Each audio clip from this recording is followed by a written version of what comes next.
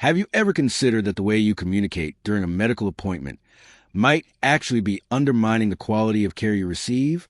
For many older adults, this idea comes as a surprise. Most people go into their doctor's visits believing that as long as they show up, answer the questions, and follow instructions, everything will be fine. But the truth is far more nuanced.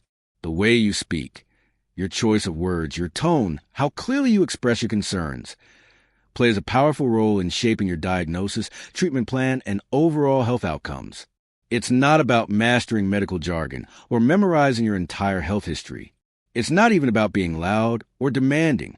Instead, it's about the subtle, everyday communication habits that many seniors develop over decades, habits that, while well-intentioned, can quietly sabotage their health care. These patterns often go unnoticed because they're rooted in politeness, humility, or a desire not to burden others. But in the context of a doctor's office, where time is limited and precision is critical, these habits can lead to misdiagnoses, delayed treatments, or incomplete understanding. The reality is simple. Doctors can only work with the information you give them. No matter how skilled, compassionate, or experienced your physician may be, they cannot read your mind. If you withhold details, soften your symptoms, or speak in vague terms, you're essentially handing them an incomplete puzzle and expecting them to see the full picture. That's not their fault. It's a consequence of how we communicate. And here's what most people don't realize. These communication pitfalls are incredibly common, especially among older adults. They stem from a lifetime of cultural conditioning, being taught to be respectful, not complain, and endure discomfort as part of aging. But when it comes to your health, silence or hesitation can be dangerous. What you dismiss as just getting older could be an early warning sign of a serious condition. What you think is minor might be something treatable, if caught early. In this article, we'll explore 5 common but often overlooked communication habits that many older adults unknowingly bring into their doctor's appointments. These aren't about being bad patients or making mistakes out of ignorance. They're about patterns of speech and behavior that, once recognized, can be changed and dramatically improve the quality of care you receive. We'll look at what these habits look like in real life, why they happen, and, most importantly, what you can do differently to ensure you're truly heard, respected, and supported. By the end, you'll have practical tools to transform your next doctor's visit from a passive experience into an active partnership in your health journey. Habit number 1, downplaying or minimizing your symptoms. One of the most frequent and potentially harmful communication patterns I've observed in older adults is a tendency to downplay or minimize their symptoms. You might say things like, "Oh, it's nothing serious, just a little twinge. I don't want to make a fuss. It's probably just part of getting older." On the surface, these statements sound polite, humble, even considerate. You don't want to waste the doctor's time. You don't want to come across as a complainer.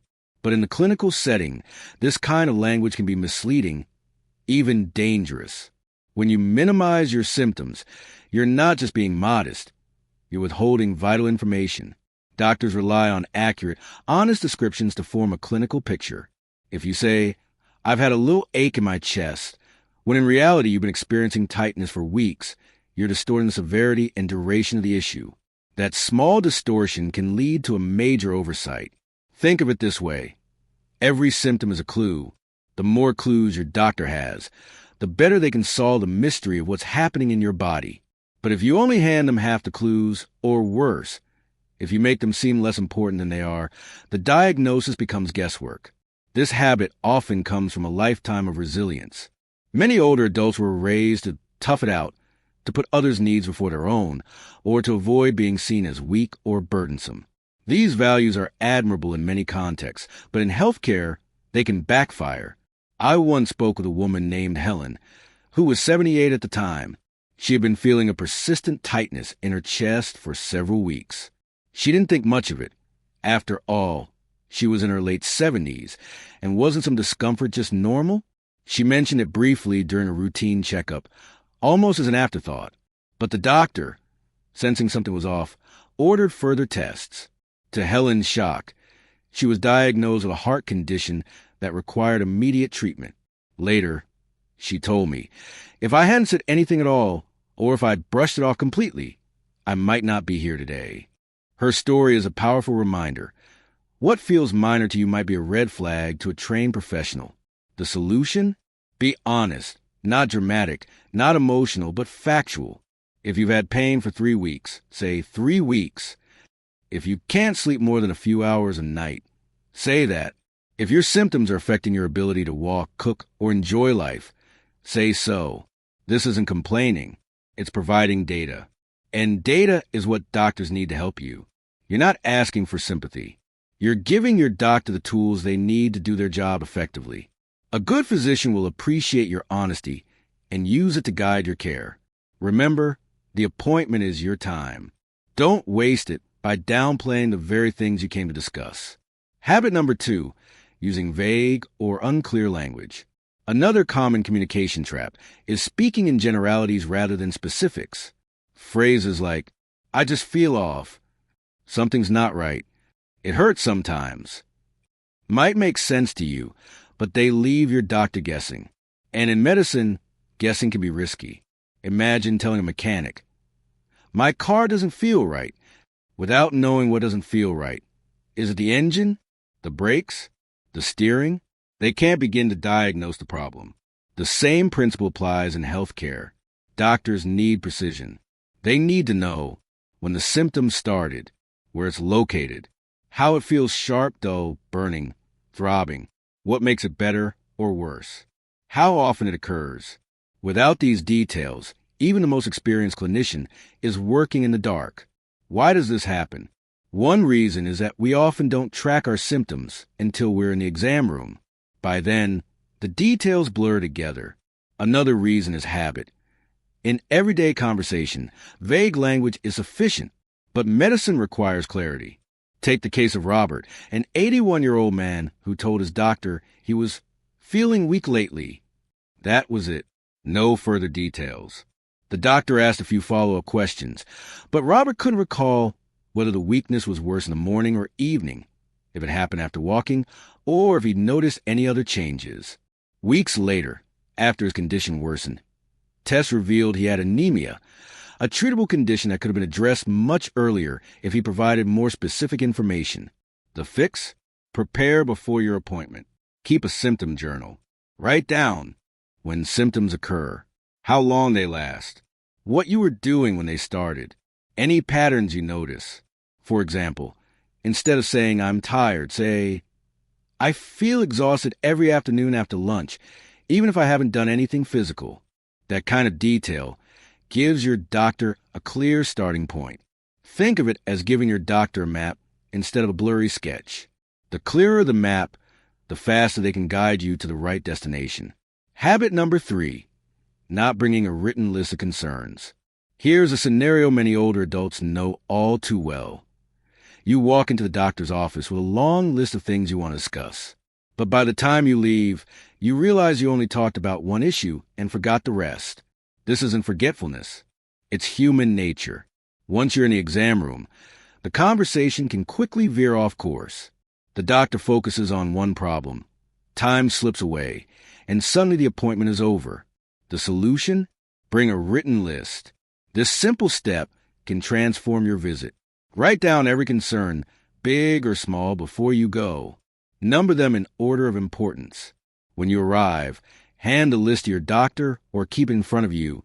Even if you don't get to everything in one visit, your doctor will know what's on your mind and can help you prioritize.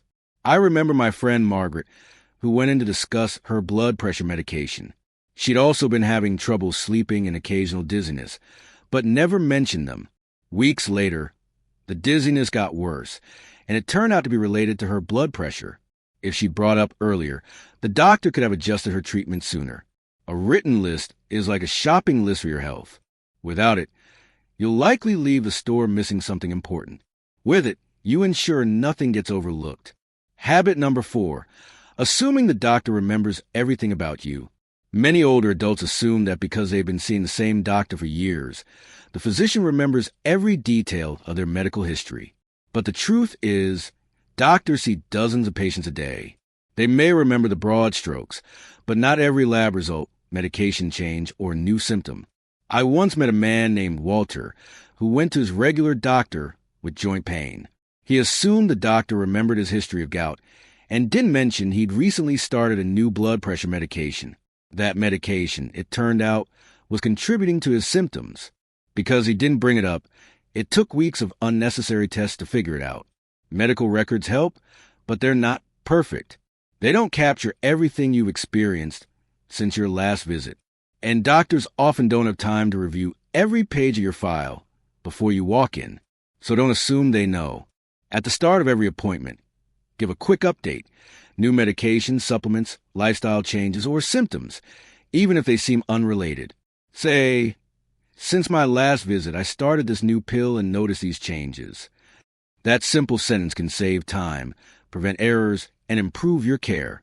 Think of it like catching up with an old friend. You wouldn't expect them to know what happened in your life unless you told them. Your doctor is your health partner, but the partnership works best when you keep them informed. Habit number 5, talking too much without letting the doctor guide. Finally, there's a tendency to dominate the conversation, not out of rudeness, but out of a desire to be thorough. You finally have the doctor's attention, so you start from the beginning. Your childhood, your cousin's surgery, the weather last month. While this comes from a good place, it can derail the appointment. Doctors are trained to guide the conversation efficiently. When we flood them with side stories, we make it harder for them to focus on what's urgent. I once knew a woman named Mary, 77, who went in for knee pain. By the time she finished talking about her garden, her cousin's hip replacement, and the changing seasons, half the appointment was gone. They barely had time to examine her knee. That doesn't mean you should hold back. It means you should let the doctor lead. Start with the main issue. I have sharp pain in my right knee when I stand up. Then let them ask follow-up questions. Bring a short list of concerns. Speak clearly and concisely and allow space for dialogue. This cooperative approach ensures the most important issues are addressed and that you leave with real answers. Final thoughts.